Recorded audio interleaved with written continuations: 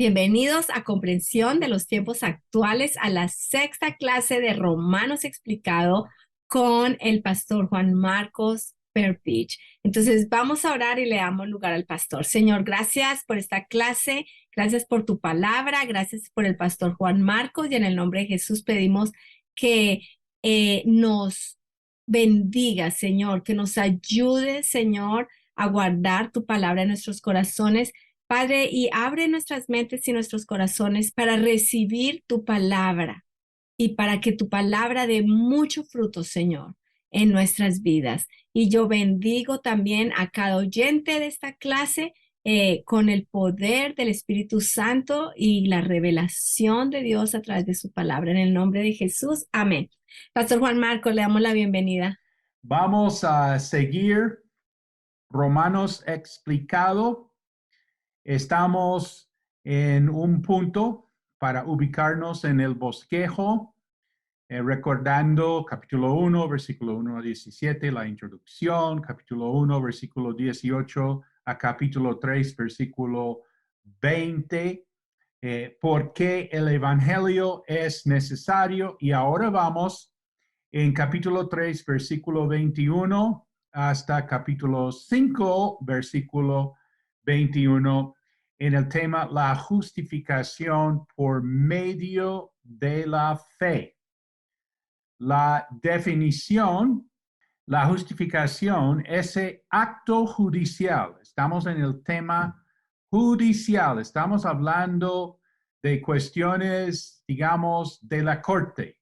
Ese acto judicial de Dios, por medio del cual aquellos que ponen su fe en Cristo son declarados. La justificación es como una declaración, es algo que Dios dice de nosotros. Son declarados justos ante sus ojos. Puede que el mundo no vea esto, puede que el mundo no entienda eso, el mundo no nos conoce porque tampoco le conoció a él. Son declarados justos ante sus ojos y libres de culpa y castigo. ¿Te acuerdas que definimos la justificación? Es que es ese aspecto pasado de la salvación en que nosotros fuimos liberados de, ¿quién se acuerda? De la culpa del pecado. Entonces dice aquí, y libres de culpa y castigo. Puede ilustrarse por la absolución de un prisionero por el juez declarándolo inocente. Todo esto nos hace recordar en el Antiguo Testamento, en Isaías, verá el fruto de la aflicción de su alma y quedará satisfecho por su conocimiento. Justificará mi siervo justo a muchos. Esto es muy importante, es del Antiguo Testamento. Estamos aquí en Isaías y hablando del siervo justo. ¿Quién es el siervo justo? Pues nosotros sabemos que es el Señor Jesucristo. Y dice aquí, justificará mi siervo justo a muchos y llevará las iniquidades de ellos. Qué belleza, de verdad tan importante lo que va a hacer el siervo justo, lo que va a hacer Dios hecho hombre. A veces nos preguntan por qué Dios eh, vino, nació, se hizo hombre, esta época navideña, ahorita. ¿Y por qué hace eso? Y si de verdad Dios viene a morir, ¿cómo es eso? Que Dios eh, muere. Bueno, aquí estamos viendo por qué. Estamos viendo desde 800 años antes de Cristo, justificará a mi siervo justo a muchos y llevará las iniquidades de ellos. Por eso Él sí viene, nace, vive, ministra y viene a morir. Justificará a mi siervo justo a muchos y llevará las iniquidades de ellos. Bueno, vamos en la sección capítulo 3, versículo 21 a 31. La justicia es por medio de la fe. Mejor dicho, si no saques nada de este tiempo, pues esto es lo principal. La justicia es por medio de la fe. Romanos 3, 21. Pero ahora, aparte de la ley, se ha manifestado la justicia de Dios, testificada por la ley y por los profetas. Aquí es una frase clave. Ahora, aparte de la ley. Entonces surge la pregunta, ¿por qué aparte de la ley? ¿Cuál es el problema con la ley? Bueno, ¿te acuerdas que vimos en el versículo 20 que por medio de la ley es, ¿quién se acuerda? Romanos 3:20, el conocimiento del pecado. Por medio de la ley es el conocimiento del pecado.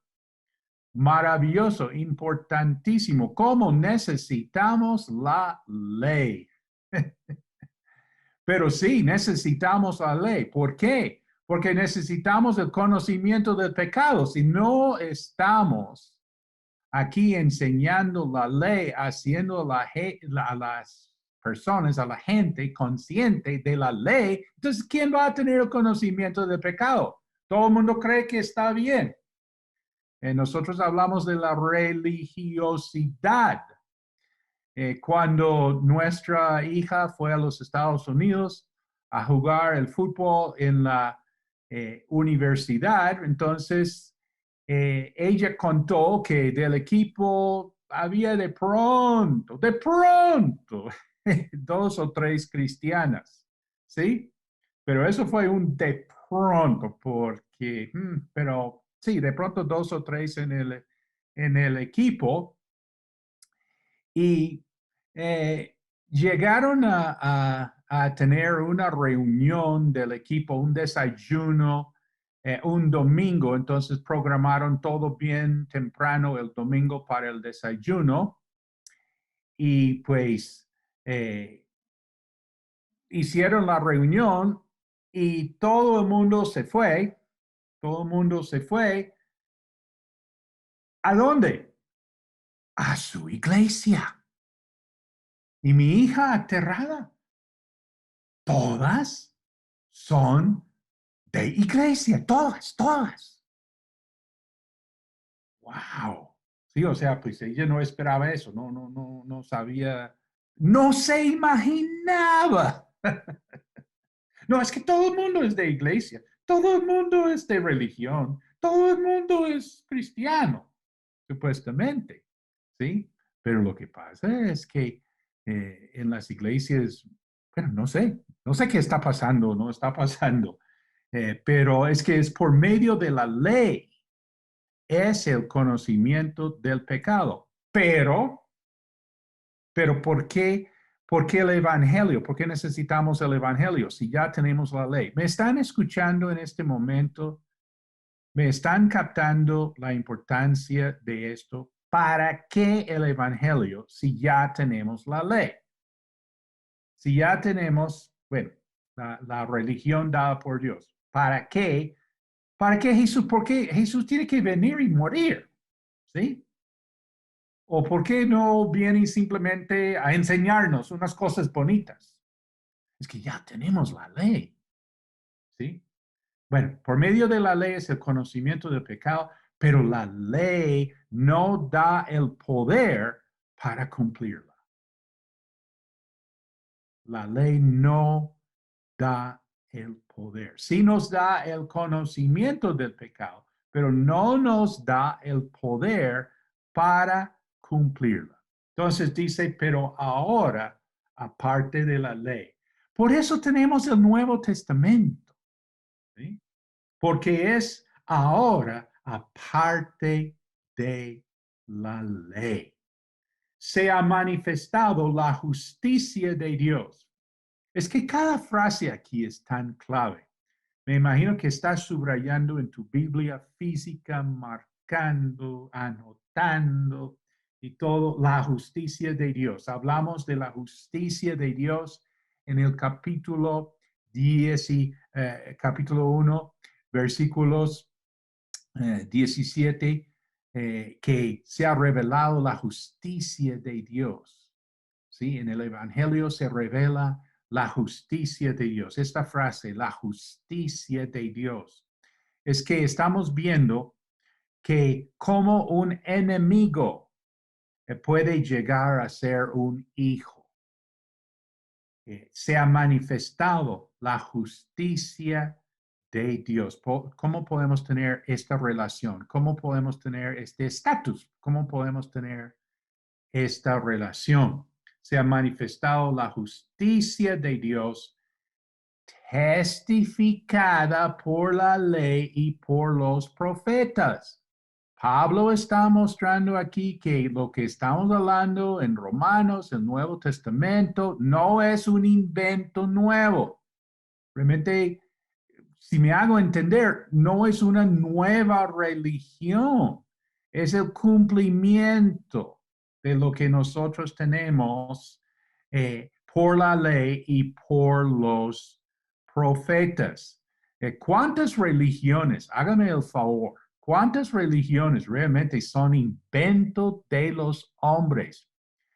Y estas religiones están para reemplazar el judaísmo y el cristianismo, ¿sí? Pero aquí estamos viendo la justicia de Dios testificada por la ley y los profetas, hablando del Antiguo Testamento. Bueno, hablemos del Antiguo Testamento. Jeremías capítulo 31, 31 a 34. Dice, he aquí que vienen días, dice Jehová, en los cuales haré nuevo pacto. Quiere subrayar nuevo pacto con la casa de Israel y con la casa de Judá. No como el pacto que hice con sus padres el día que tomé su mano para sacarlos de la tierra de Egipto. Porque, ¿dónde fue la falla? ¿Dónde fue? Porque ellos invalidaron mi pacto. Aunque fui yo un marido para ellos, dice Jehová. O sea, la falla no es de Dios, la falla no es del primer pacto, la falla no es de la ley, la falla es de nosotros, del ser humano, porque este es el pacto que haré con la casa de Israel después de aquellos días, dice Jehová. ¿Quieres anotar en tu Biblia nuevo pacto, el nuevo pacto? Hablamos del nuevo pacto y hay que mostrar qué es el nuevo pacto. Daré mi ley en su mente y la escribiré en su corazón y yo seré a ellos por Dios y ellos me serán por pueblo.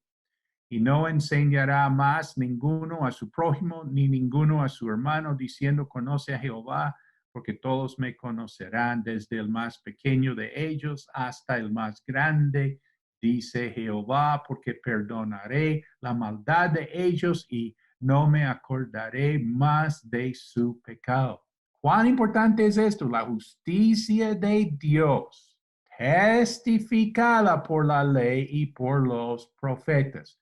Por ejemplo, aquí en Jeremías 31, 31 a 34. Y Jesucristo en Mateo capítulo 5 dice, no penséis que he venido para abrogar la ley o los profetas. Por eso nosotros estamos tanto en el Antiguo Testamento. Claro, claro, es que Jesús no vino para votar la ley y los profetas. No penséis que he venido para abrogar la ley o los profetas. No he venido para abrogar, sino para cumplir. Que nosotros aquí en Romanos, aquí en el Nuevo Testamento, con Jesucristo, estamos no abrogando, estamos cumpliendo. Porque de cierto os digo que hasta que pasen el cielo y la tierra, ni una jota ni una tilde pasará de la ley, hasta que todo se haya cumplido. De manera que cualquiera que quebrante uno de estos mandamientos muy pequeños y así enseñe a los hombres muy pequeños será llamado en el reino de los cielos. Mas cualquiera que los haga y los enseñe, este será llamado grande en el reino de los cielos. Porque os digo, si vuestra justicia no fuere mayor que la de los escribas y fariseos, no entraréis en el reino de los cielos. Por eso vemos que Pablo dice que aparte de la ley, la justicia de Dios, testificada por la ley y por los profetas. Bueno, capítulo 3, versículo 22. La justicia de Dios por medio de la fe en Jesucristo para todos los que creen en Él, porque no hay diferencia. La justicia de Dios por medio de la fe en Jesucristo, en resumen, este es el camino. Este es el camino. Jesús dijo, yo soy el camino. ¿Sí? Este es el camino. Esta es la verdad. Esta es la vida.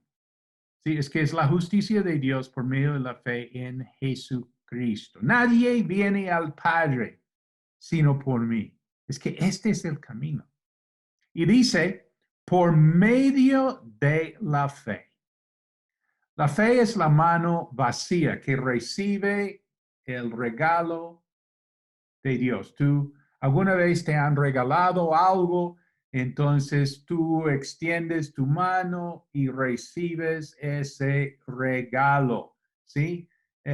Tu mano no es el regalo, ¿sí? Pero necesitas la mano para recibir el regalo. ¿Qué tal quedarte ahí con las manos por detrás? No, tienes que, es esencial la fe. Sin fe es imposible agradar a Dios. ¿Cómo vas a recibir de Dios? Sí, es que es por medio de la fe. La fe es la mano vacía. Capítulo 3, versículo 23. Por cuanto todos pecaron y están destituidos de la gloria de Dios. Estamos hablando de la justicia de Dios, ¿te acuerdas? Y estamos viendo que todo esto es testificado por la ley, los profetas, ¿sí? Y que eso es por medio de la fe en Jesucristo. ¿Y por qué todo? ¿Por qué? ¿Por qué? Por cuanto todos pecaron. Porque todos, por cuanto todos pecaron y están destituidos de la gloria de Dios. Hablemos del pecado. Una palabra para el pecado en el griego es hamartia, con H, hamartia, y tiene la idea de no dar en el blanco. Aquí la idea es que el pecado es no dar en el blanco. Uno está apuntando, uno está tratando de dar así en el blanco, pero no da en el blanco. Uno está así corrido y uno diría en griego pequé, porque no di en el blanco. Quiere decir que nosotros somos menos que perfectos. El pecado es no dar en el blanco, es ser menos que perfecto. Y dice, están destituidos de la gloria de Dios. Aquí, de ser destituido de la gloria de Dios, es la idea que nosotros no alcanzamos. Si tú estás ahí en este momento en un lugar con el techo alto, entonces puede servir, o bueno, quédate sentado. Me gusta ilustrar esto poniendo a todo el mundo de pie y para brincar, pero bueno, dependiendo de dónde uno se encuentre en este momento, levanta la mano y toque el techo, toque el techo, toque el techo, extiende esa mano. pero bien, bien extendido, ¿sí? Hágale con su mejor esfuerzo, con las mejores intenciones. ¿Y qué pasa? Pues no alcances. ¿Por qué? Porque ese techo es demasiado alto, ¿sí? Y nosotros no alcanzamos. ¿Qué es lo que no alcanzamos? La gloria de Dios. ¿Quién nos demuestra la gloria de Dios? El que ha visto a mí ha visto al Padre. Dijo, Jesucristo nos muestra la gloria de Dios y nosotros no alcanzamos. Comparados con Jesucristo, no llegamos, no alcanzamos. Nota, todos nosotros, según Romanos 3:23, somos pecadores. ¿Por qué? Porque pues no hemos sido perfectos, no hemos dado en el blanco y no alcanzamos la gloria de Dios. Todos somos pecadores, ¿de acuerdo? Aunque no hayamos hecho todo el mal. Esa es una verdad muy importante en el estudio del pecado, que se llama la hamartología. Y entonces, pues, un concepto es que todos somos pecados, pero no todo el mundo ha hecho todo el pecado que pudiera haber hecho. ¿Se acuerdan del ejemplo de la pastora Juanita que Dios le mostró en Gálatas 5 las obras de la carne, que ella en su carne era capaz de todo eso, pero ella no había hecho esos pecados en su vida? Todos somos pecados, aunque no hayamos hecho todo el mal que pudiéramos haber hecho. Digamos, en una cárcel, de pronto hay un interno quien hizo un robo pequeño, ¿sí? Eh, Sentado al lado de un asesino. Y uno dice, no, el hombre que hizo el robo ahí, pues no hizo nada realmente en comparación con ese asesino. Bueno, ok, nos entendemos, pero lo que pasa es que ambos están ahí en la misma cárcel. Ambos están ahí en el mismo comedor comiendo la misma comida de la cárcel.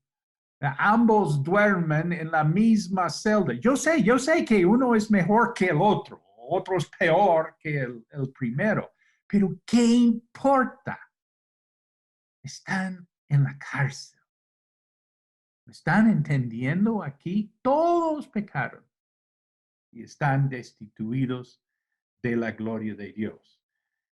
Segunda nota, todos somos pecadores, aunque tratamos de hacer el bien. Uno está tratando.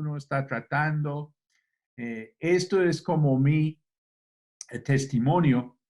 Yo trataba de ser cristiano. No te imagines cuánta gente quisiera ser cristiana. ¿Cuántas personas están tratando de ser cristianos? Ahí están en la iglesia y tienen una Biblia debajo del brazo y se saben los coros y levantan las manos y están tratando de ser cristianos. Yo me relaciono con esto muchísimo porque yo venía en un plan de hacerme yo cristiano, tratando de ser cristiano. Y por eso yo huyo el tema cuando doy mi testimonio, no cuento normalmente mi oración de entrega. Y si alguien me pregunta, y pastor, ¿con cuál oración de entrega se entregó usted a Dios? Yo, no me gusta entrar en ese tema. ¿Por qué? Porque mi oración, confesar con tu boca que Jesús es el Señor, digamos, mi oración de entrega no fue ortodoxa, no fue como muy elocuente, muy bíblico, que digamos, aunque Dios creo que me entendió. Y entonces, ¿cuál fue mi oración de entrega. Pues realmente no fue una oración, sino que simplemente a Dios le dije, renuncio. ¿Alguien más aquí se ha salvado con una oración de entrega así diciendo a Dios que renuncias?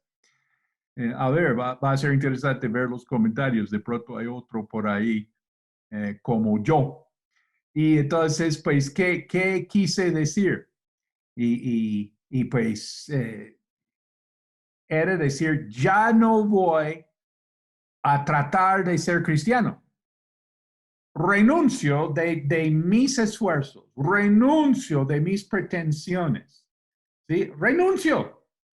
Y pues Dios me entendió porque estaba diciendo, como dice que Dios sabe todas las cosas y conoce nuestro corazón, que yo estaba diciendo al Señor, si yo, Juan Marcos Perpich, voy a ser cristiano, será porque Dios lo hizo, porque yo renuncio. Bueno, el punto es que todos somos pecadores, aunque tratamos de hacer el bien. Hay que reconocer que hay mucha gente allá tratando de hacer el bien. Y tú puedes tener a esa persona como anciano en tu iglesia, pero qué pena, no es cristiano. Pero ¿qué? ¿Cuál es el punto? Es una buena persona tratando de hacer el bien. Todos somos pecadores, aunque tratamos de hacer el bien. Aquí en Colombia ponemos el ejemplo, si vamos a nadar todos desde Cartagena hasta Miami, todos vamos a nadar, todos vamos a hacer nuestro mejor esfuerzo. Y bueno, hay unos que nadan muy bien, hay unos ahí que son de natación, maratón, pero todo el mundo que se va a ahogar. ¿Por qué? Porque es muy lejos la Florida. Todos somos pecadores, aunque tratamos de hacer el bien. Versículo 24. Siendo justificados gratuitamente por su gracia mediante la redención que es en Cristo Jesús. ¿Cierto que estás marcando toda tu Biblia gratuitamente? Pero no me gusta cuando la gente dice, la salvación no cuesta nada, es gratis. Yo no digo eso, sí costó, sí costó. Es que tenemos un concepto, es gratis, entonces no cuesta nada. Eh, no, sí costó. Alguien pagó. ¿Qué estoy tratando de decir? Nada en esta vida es gratis. Todo el mundo quiere que el gobierno les dé cosas gratis, pero es que no, todo cuesta, ¿sí? Y la salvación, pero sí, es gratis, ¿sí? Lo que pasa es que no pagué yo, no pagaste tú, pero alguien sí pagó. Por eso dice, siendo justificados gratuitamente. La esperanza de Pablo como judío fue que al final de la vida, saber el veredicto. El Papa quien murió recientemente instalado, él le preguntaron y su santidad qué siente, dijo, yo siento el mismo temor que cualquier ser humano, pensando que en un momento quizás pronto yo esté delante de Dios. Muy transparente, muy honesto el Papa. Y así era la esperanza de Pablo, pues bueno, a ver cómo me va, porque uno no sabe cómo le va a ir. Mi mamá decía, tú no puedes saber que eres salvo, tú no puedes saberlo. ¿Cómo se te ocurre decir que tú eres salvo? ¿Sí? ¿Qué pretensión? Es que uno no sabe qué le va a pasar en ese día. Pues así es en el judaísmo, así es en la religión.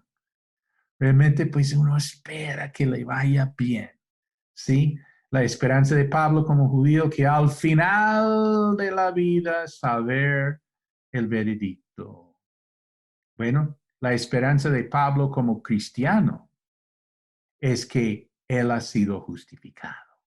siendo justificados gratuitamente por su gracia mediante la redención que es en Cristo Jesús. ¿Qué diferencia entre la religión y el evangelio?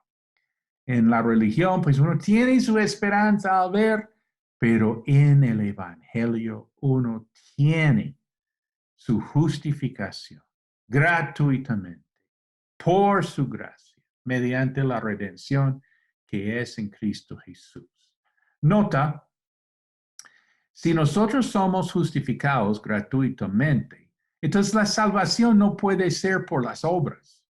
¿Sí? O sea, si Dios me está declarando justo hoy, entonces pues yo no he hecho nada, no he hecho nada, no he hecho nada, ¿sí? Para merecer esto y Dios me está justificando, siendo justificados gratuitamente por su gracia mediante la redención que es en Cristo Jesús. O sea, no puede ser por las obras.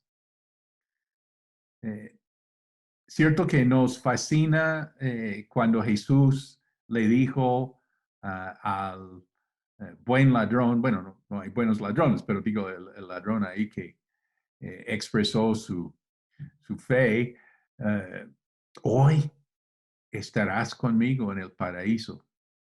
¿Y cuál buena obra hizo ese ladrón? ¿O qué restitución alcanzó a hacer? Y tampoco fue bautizado en agua, miembro de ninguna iglesia, etcétera, etcétera. No, es que gratuitamente, siendo justificados gratuitamente por su gracia mediante la redención. Hablemos de la gracia. La gracia es una provisión. Eso es muy importante. Es una provisión. Y cuando nosotros hablamos de la gracia en la Biblia, estamos hablando de la provisión de Dios para la necesidad del hombre en Cristo.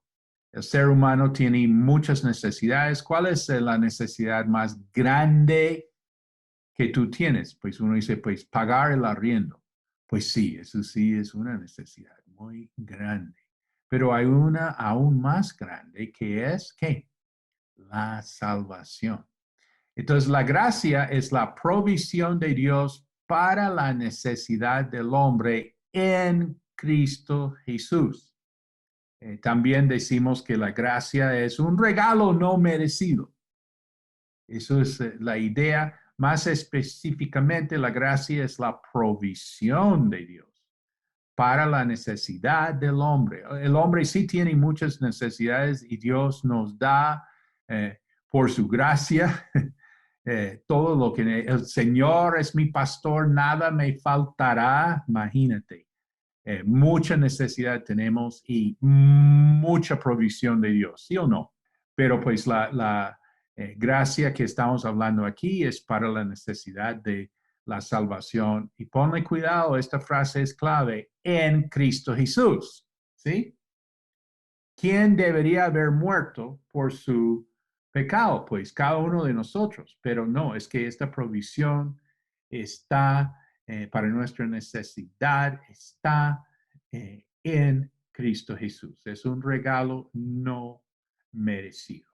Y entonces aquí dice, siendo justificados gratuitamente por su gracia mediante la redención. Hablemos del término redención. Este término viene del contexto del comercio, del mercado de los esclavos. La mitad del mundo en los tiempos bíblicos era esclavo. En todo el mundo mediterráneo, la mitad de la gente esclavos.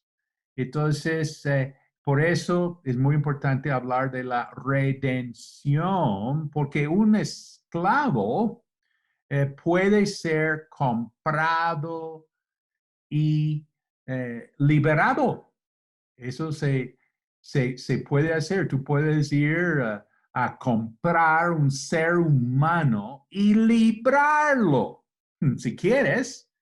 En el Sudán, donde tenían la esclavitud, un ministerio cristiano compraba esclavos. Uno podía ir y comprarse un ser humano y disponerlo como quería, ¿sí?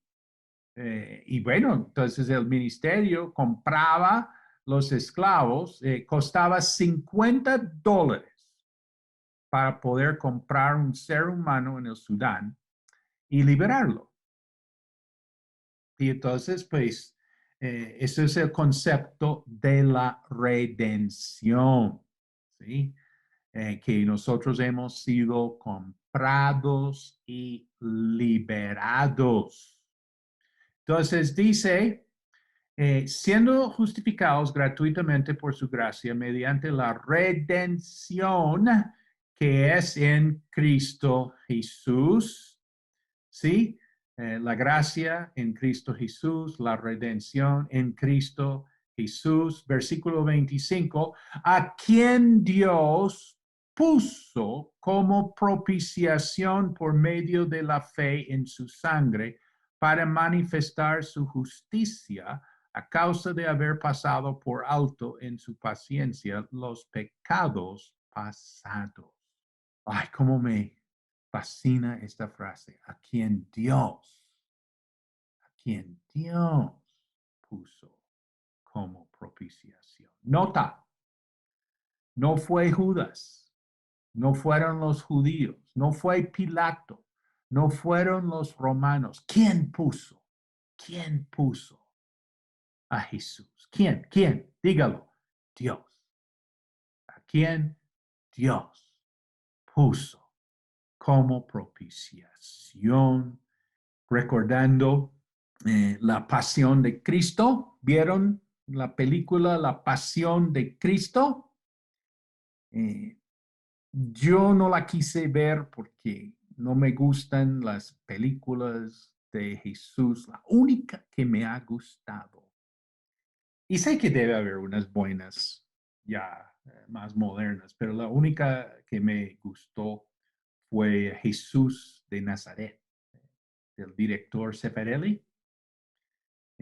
Quienes se acuerdan viendo Jesús de Nazaret en Semana Santa. Y en esta película no me gustó Jesucristo en la película.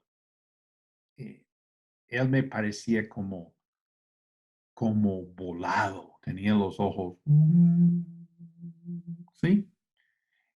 Pero sí me fascinó el resto de la película, especialmente los discípulos y la gente y los escenarios. Espectacular, Jesús de Nazaret. Pero bueno, la pasión de Cristo no la quise ver. Tocó verla porque pues, uno tiene ahí los hijos de pastor esperando que su papi quiera ver Pasión de Cristo. Entonces sí, fuimos a ver Pasión de Cristo. Muy mariana la película, ¿sí? Bueno, ese tiene todo su fondo. Otro día hablamos de eso. Pero a lo que quiero llegar es que en la película La Pasión de Cristo, eh, muchos cristianos se avisparon para estar en la salida de los teatros para repartir tratados. Me parece genial esa idea. Y cuéntame ahí si tú hiciste eso cuando salió Pasión de Cristo en los teatros, que yo hubiera pensado en hacer eso. Sé que cristianos sí lo hicieron. Pues yo sí tuve la oportunidad de hablar con muchas personas sobre la película y por eso agradezco la película Pasión de Cristo, porque puso el tema de la pasión de Cristo, así como en el medio, entre la gente. Nosotros necesitamos estar pendientes de lo que la gente pues está leyendo, lo que la gente está viendo, lo que la gente está... ¿Cuál es la nueva película? El profeta, algo así, y cristianos están poniendo que les gusta. Oiga, estoy muy preocupado, muy preocupado. Pues ¿qué hago ay, yo no quiero ver eso, pero tengo que saber porque la gente de la iglesia está yendo por un profeta ahí en el Netflix, sí, o sea, eh, pero pues el otro día compramos un libro en el supermercado. Oye, costoso. Un libro de motivación, no sé qué, no sé cuántas. Pues, pero uno debería tener esos libros. Uno debería saber qué es lo, porque si se están vendiendo eso en un supermercado, es que la gente está, y precisamente dice que 15 millones de ventas de ese libro. Y el cristiano ni idea, el pastor ni idea que eso es lo que la gente está viendo. Por lo menos saber de qué se trata. Bueno, hablando de la pasión de Cristo, la reacción de la gente. Yo me acuerdo dos reacciones. Personas me decían, qué tragedia. No, realmente no fue una tragedia. Es que Dios puso a Jesucristo como propiciación. No fue una tragedia, ¿sí? ¿Sí? No, esto fue el plan de Dios. Y la otra cosa que las personas dicen en cuanto a la pasión de Cristo es que así fue tan terrible. No, en realidad, la muerte de Jesús fue, digamos, más sangrienta que la película. Increíblemente, Mel Gibson, quien es muy conocido, el director de La Pasión de Cristo, que es de las películas más sangrientas, uno esperaba que La Pasión de Cristo. No, eso fue suavecitico. No me estoy riendo, pero digo que realmente eso no fue nada en comparación con lo que dice Isaías, que todo su cara fue disfigurado, que ni se reconocía como cara de un ser humano. ¿Sí? Así destrozada el cuerpo de Jesús en la cruz. O sea, fue mucho más, aún más violento que lo de Mel Gibson. ¿Sí? Eh, fue terrible. Sí, sí fue terrible. Entonces dice aquí a quien Dios puso como propiciación. En Isaías 53, versículo 10, quieres subrayar en tu Biblia física, con todo eso, Jehová quiso quebrantarlo. Por eso digo, no fue una tragedia. Dios no es un Dios de tragedias. Dios no hace tragedias. Eso fue el plan de Dios. Jehová quiso quebrantarlo, sujetándole a padecimiento. Cuando haya puesto su vida en expiación por el pecado, verá linaje, vivirá por largos días. ¿Qué estamos hablando aquí? ¿Qué estamos hablando aquí? ¿Captaste? Ajá, sí, la muerte y la resurrección y la voluntad de Jehová será en su mano prosperada. Jehová quiso quebrantarlo. Dios lo puso como propiciación. Jesucristo dijo en Juan capítulo 10, por eso me ama el Padre, porque yo pongo mi vida para volverla a tomar. Nadie me la quita, sino que de mí mismo la pongo. Tengo poder para ponerla y tengo poder para volverla a tomar. Ese mandamiento recibí de mi Padre. Estamos viendo en Romanos a quien Dios puso como propiciación. Hablemos de la palabra propiciación. Hemos hablado de la justificación, hemos hablado de la redención, ahora vamos a hablar de la propiciación. Propiciación viene del contexto del templo y los sacrificios de los animales. Los sacrificios de animales en el Antiguo Testamento tipifican un futuro sacrificio que, pero no son suficientes para remover el pecado. Esto es clave en Hebreos. Se profundiza este concepto que los sacrificios del Antiguo Testamento cubrían los pecados, pero el sacrificio del Cordero de Dios, de Jesucristo, quita el pecado. Bueno, en Hebreos más sobre ese tema. Por el momento, sí queremos mencionar que los sacrificios de los animales en el Antiguo Testamento tipifican un futuro sacrificio, pero no son suficientes para remover el pecado. Salmo 51 dice, porque no quieres sacrificio que yo lo daría. No quieres holocausto. En uno de esos momentos de abrirse el corazón David con Dios, él reconoce que qué es lo que Dios quiere de él. No quieres sacrificio, no quieres holocausto. El profeta Miqueas dice, ¿con qué me presentaré ante Jehová y adoraré al Dios Altísimo? Me presentaré ante Él con holocaustos, con becerros de un año. ¿Se agradará Jehová de millares de carneros o de 10,000 arroyos de aceite? ¿Daré mi primogénito por mi rebelión, el fruto de mis entrañas por el pecado de mi alma? Hay un coro que dice, shall I give my firstborn for my transgression, the fruit of my body for the sin of my soul? No, ¿qué pregunta?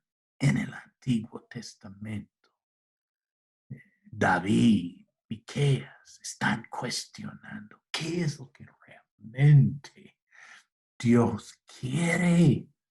¿Sí?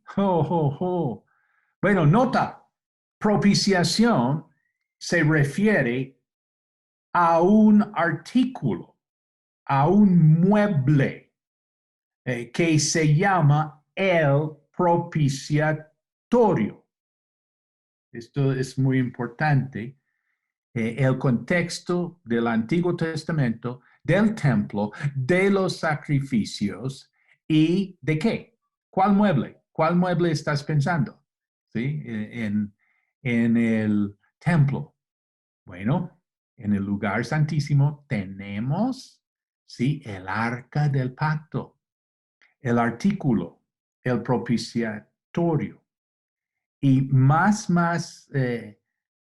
exactamente, el propiciatorio es la tapa del arca. El arca es en realidad una caja y tiene una tapa, ¿sí? Esta tapa es el propiciatorio.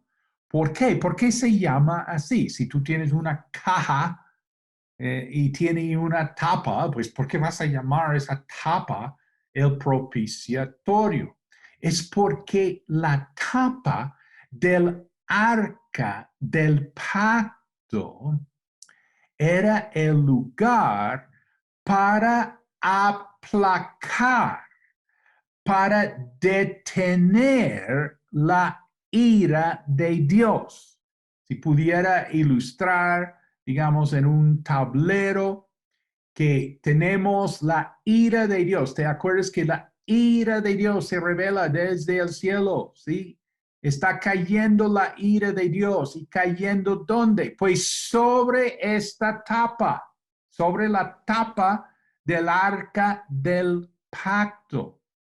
Y el concepto de propiciación es de aplacar o detener, de appease, la palabra appease, appeasement, La palabra appeasement se utiliza ahora en la ciencia política, en la historia, hablando de appeasement, una política que hacía Inglaterra y Francia con Alemania.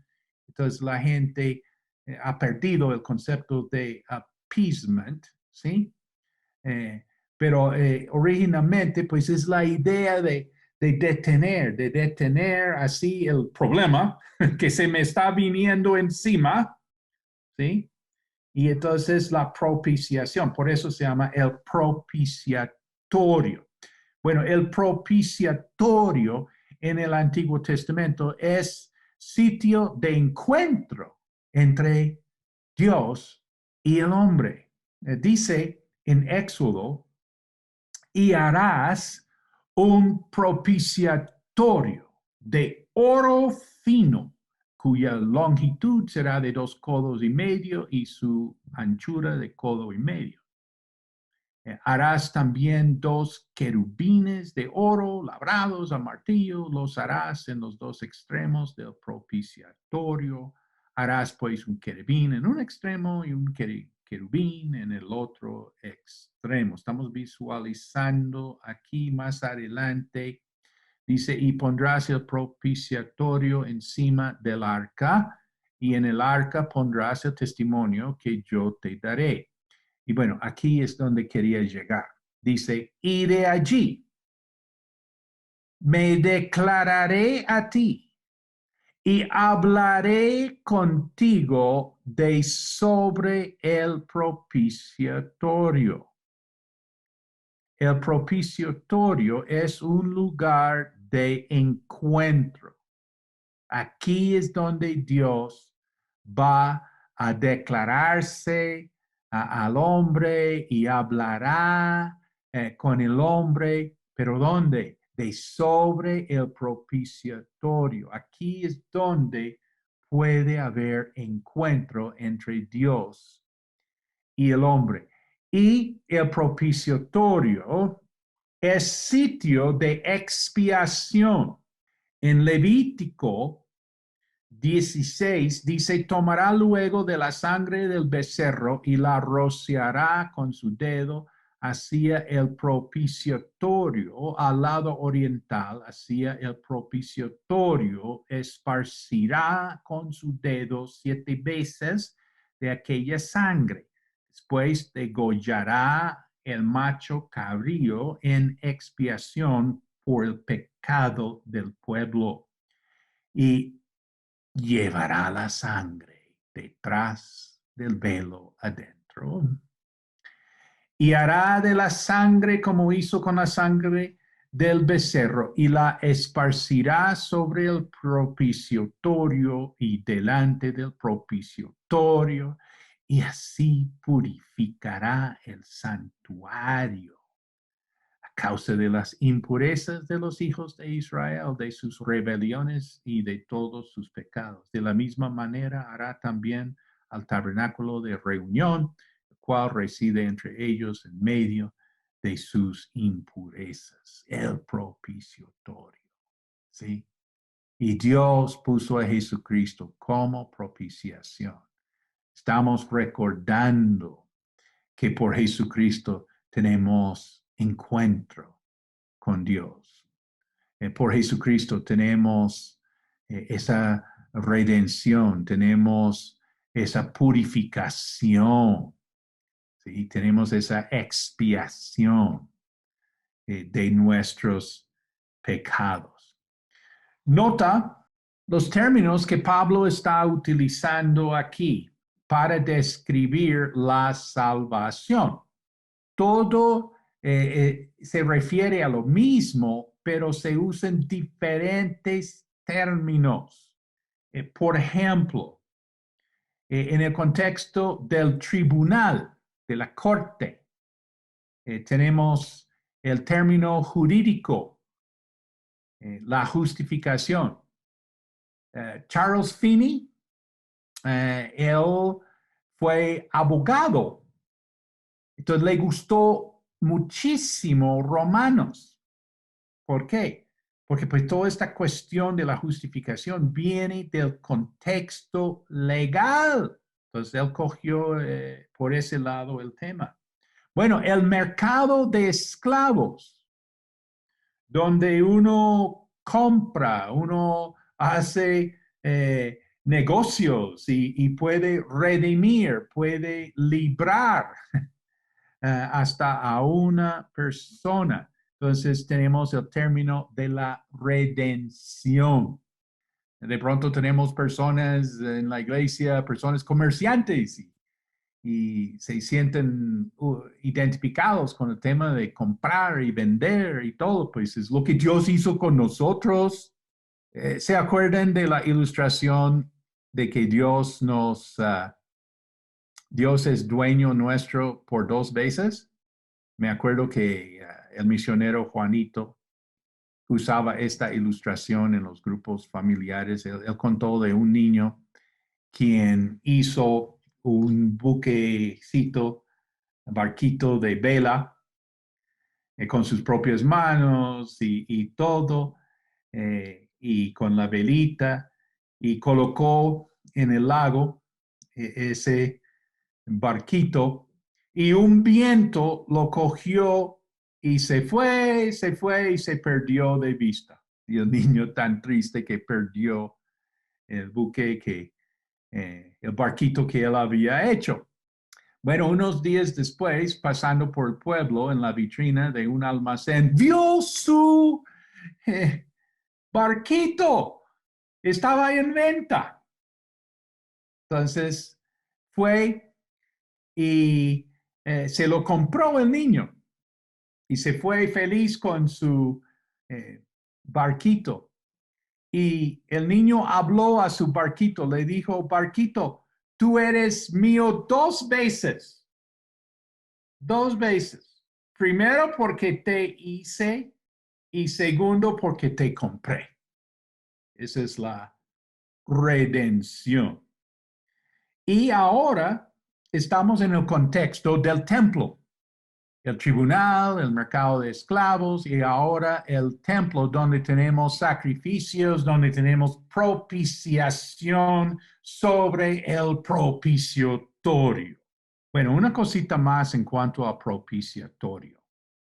Si en ese lugar no tenemos la sangre, ese es un lugar. Porque si Dios viene y uno no tiene la sangre, uno está bajo la ira de Dios. Sin la sangre, el propiciatorio es un lugar de ira. Cuán importante. Y todo eso entendemos que es una ilustración. Estamos viendo tipificado el evangelio. Levítico 17:11 dice, porque la vida de la carne en la sangre está, y yo os la he dado para hacer expiación sobre el altar por vuestras almas, y la misma sangre, todo en plan de la sangre, la misma sangre hará expiación de la persona. Bueno, siguiendo, dice que Dios puso a Jesús como propiciación. Bueno, y todo esto es para manifestar su justicia. Jesucristo primeramente murió por Dios para manifestar su justicia. Dice, a causa de haber pasado por alto en su paciencia los pecados pasados. Nota, por lo general, en el Antiguo Testamento, Dios no castigó al hombre de acuerdo con lo merecido. Puedes pensar en algunos ejemplos en el Antiguo Testamento cuando Dios sí juzgó, sí castigó al hombre full. ¿Pueden pensar en algún ejemplo? Bueno, uno siempre piensa en el diluvio, ¿sí? Y uno también piensa en Sodoma y Gomorra. Y uno piensa en Corea, no Corea, sino Corea. Y bueno, hay otros ejemplos donde, el hombre hace mal y Dios juzga ahí plenamente. Pero, pero, si lees todo el Antiguo Testamento, tienes que salir con la impresión que Dios realmente no siempre hace caer su ira plenamente. Ya hablamos de esto en capítulo 1, ¿no? De que hay situaciones donde no se ve la consecuencia en esta vida, sino después. Entonces, el punto es que por lo general, cuando uno generaliza, siempre sabe que hay excepciones, pero por lo general, Dios no castigó al hombre en el Antiguo Testamento de acuerdo con lo que se merecía. El apóstol Pablo hace referencia a esto en sus predicaciones. En Hechos capítulo 14, él dice, en épocas pasadas, Dios permitió que todas las naciones siguieran su propio camino. Entonces, ¿quiere decir que cada vez que una nación hacía mal, Dios juzgaba? No, no.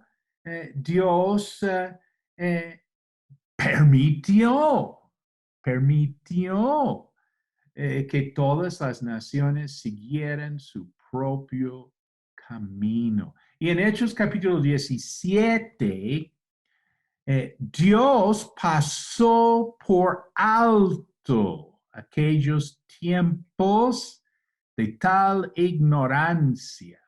Y Pablo dice, pero ahora es que es diferente. Ahora sí tienes que entender que es diferente después de la muerte y la resurrección de Jesucristo. Esto puede ser en tu pensamiento algo bueno o algo no tan bueno. Mira, pero ahora manda a todos en todas partes que se arrepientan.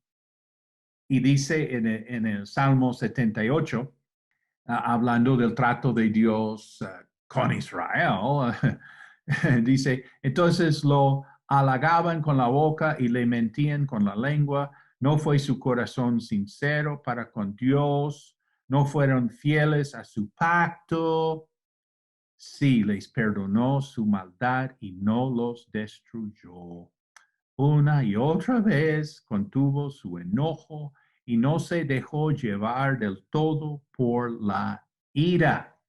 Y en Malaquías, eh, los judíos hacían reclamo que realmente, pues, ¿qué es eso que Dios no castigaba? Dice, los que hacen lo malo no solo prosperan, sino que incluso desafían a Dios y se salen con la suya. Aclaremos aquí. No es que Dios hubiera perdonado a los del Antiguo Testamento, sino que no castigó plenamente. Y por eso los hombres se molestan, se quejan de que Dios no es justo. ¿Te acuerdas que nosotros vimos que cuando fueres juzgado, hablando de Dios, que el hombre está juzgando a Dios, ¿sí? Diciendo, ¡ja! ¡Qué Dios justo! ¿Sí? Y hasta uno, quien ama a Dios, hasta uno, quien es hijo de Dios, ahí puede tener sus cuestionamientos. Alguien me dijo que en su familia cuestionen mucho, como hacerme entender que no les va a interesar el tema del evangelio. Yo digo que no, es que no cuestionen suficiente. Pero bueno, el hombre está juzgando a Dios. El hombre se queja que Dios no es justo. Versículo 26, con la mira, lo que Dios, como Dios hizo en el Antiguo Testamento, ok, pero es con la mira de manifestar en este tiempo. Ahora estamos hablando del Nuevo Testamento. su justicia, a fin de que Él sea el justo y el que justifica al que es de la fe de Jesús. Nota, Dios es santo. Isaías 5:16 dice, Jehová de los ejércitos será exaltado en juicio. ¿Sí? Es que uno quien es santo, quien ama lo bueno y aborrece lo malo. ¿Sí? Y el Dios santo será santificado con justicia. ¿Recuerdas que nosotros dijimos que Jesús murió primeramente por Dios? ¿Qué quiere decir eso? No, es que esto es por el juicio, la santidad, la justicia de Dios para demostrar este gran atributo de Dios. Nota, Dios es santo y nota, el hombre es pecador. El hombre no puede entrarse en la presencia de Dios. Una pregunta que surge es ¿por qué Dios no salva al hombre por amor? ¿Te acuerdas que hablamos sobre el universalismo? El evangelio sí es universal, pero no creemos en el universalismo. ¿Por qué? Porque el universalismo es que Dios va a salvar a todos. ¿Por qué? Porque Él es amor. ¿Sí? Y que al final seguramente Él dirá, no, pues todos ustedes se salvan. ¿Por qué Dios no salva por amor? La respuesta es porque no sería justo. Él sí sería muy amoroso.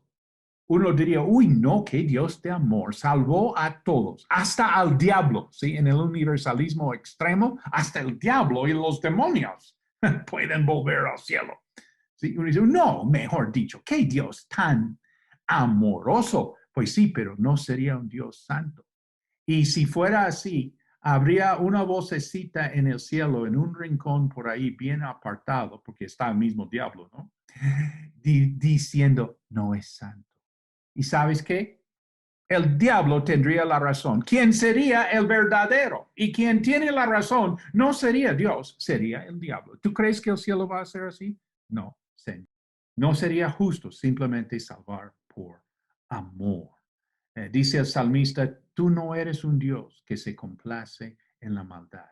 El malo no habitará junto a ti. Tenemos en la cruz el Dios santo. Dice en Romanos, a fin de que Él sea el justo. Y también tenemos en Romanos el Dios de amor. Dice, y el que justifica al que es de la fe de Jesús.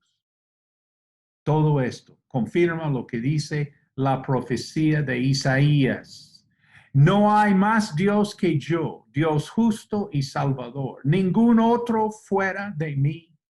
Dice en el Salmo 85, la misericordia y la verdad se encontraron, la justicia y la paz se besaron. Nota, yo debería ser juzgado, pero la salvación se basa en la justicia. En el libro del Éxodo, en la Pascua, Dios dijo, veré la sangre y pasaré de vosotros. Esto es la justicia. Mi salvación se basa en la justicia. Esto es bueno saber si tú vas a entrar en lo que llamamos la guerra espiritual. ¿Qué quiere decir la guerra espiritual? Pues quiere decir que cuando tú vas a predicar el evangelio a muchas personas, el diablo va a pelear mucho y te va a acusar mucho. Y más te vale saber que tu salvación se basa en qué? En la justicia de Dios. ¿Sí? No se basa en tu justicia. Pregunta, ¿cómo puede llegar este beneficio al hombre? Respuesta, tú lo sabes, por medio de la fe. Versículo 27, ¿dónde pues está la jactancia? Pablo mismo contesta, queda excluida. ¿Por cuál ley? ¿Por la de las obras? No, sino por la ley de la fe. ¿Dónde, pues, está la jactancia? Si el hombre pudiera, lo haría. O sea, se quita la jactancia, se quita el orgullo. Pregunta, ¿dónde es la fuente, el comienzo, el origen del orgullo? Pues tú lo sabes, el mismo Satanás. En Isaías 14, tú que decías en tu corazón, subiré al cielo en lo alto junto a las estrellas de Dios, levantaré mi trono en el monte del testimonio, me sentaré a los lados del norte, sobre las alturas de las nubes subiré y será semejante al Altísimo. No, no, no. Mas tú derribado eres hasta el Seol, a los lados del abismo. Versículo 28. Concluimos, pues, que el hombre es justificado por fe sin las obras de la ley. Este es el Evangelio. Cuando Martín Lutero tradujo la Biblia, él puso aquí donde dice, por fe, él puso, es que me da cosita decir esto, pero él añadió la palabra sola. O sea, cuando uno conoce la historia de Martín Lutero, él es un personaje, y mejor dicho, traduciendo la Biblia, pone aquí, es justificado por fe sola. Para que entiendas, ¿sí? Es justificado por fe sin las obras de la ley. De aquí es donde sacamos la frase sola fide, o sea, solo fe. Solo fe, solo por fe. Versículo 29 y 30. ¿Es Dios solamente Dios de los judíos? ¿No es también Dios de los gentiles? Ciertamente, también de los gentiles, porque Dios es uno y Él justificará por la fe a todos, a los de la circuncisión y por medio de la fe a los de la incircuncisión. ¿Cuál es el punto? Pues es el Dios, el mismo evangelio para todos. Oiga, esto es importante, es el mismo evangelio para todos. O sea, todos necesitamos el evangelio. Un papá de la iglesia cuadrangular le dijo a la hija que estaba bien que se casara con un judío porque ellos también van al cielo. Dice, oiga, pero no enseñan romanos en la iglesia cuadrangular, ¿ok? Es que según Romanos, todos necesitamos el evangelio, ¿sí? Es que Dios es uno. Y Él justificará por la fe a los que de la circuncisión y por medio de la fe a los de la incircuncisión. Es el mismo mensaje, el mismo evangelio. Por favor, oremos por los judíos, pero primero por su salvación. Terminando, versículo 31. Luego, por la fe, invalidamos la ley. El mismo Pablo va a cuestionar lo que él acaba de enseñar en ninguna manera, sino que confirmamos la ley. Este es el mensaje del Antiguo Testamento. Esto es lo que vamos a ver en el capítulo 4, Dios mediante, hoy en 8, cómo el Antiguo Testamento confirma el Evangelio, cómo la ley confirma este mensaje de la justificación por medio de la fe.